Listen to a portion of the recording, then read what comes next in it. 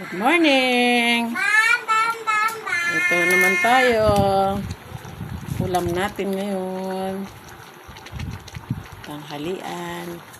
Pinataang gulay na may sahog na. Ito! Tilapia. Hipon. Ang laki ng hipon, guys. Wow! Solve na naman ang pananghalian.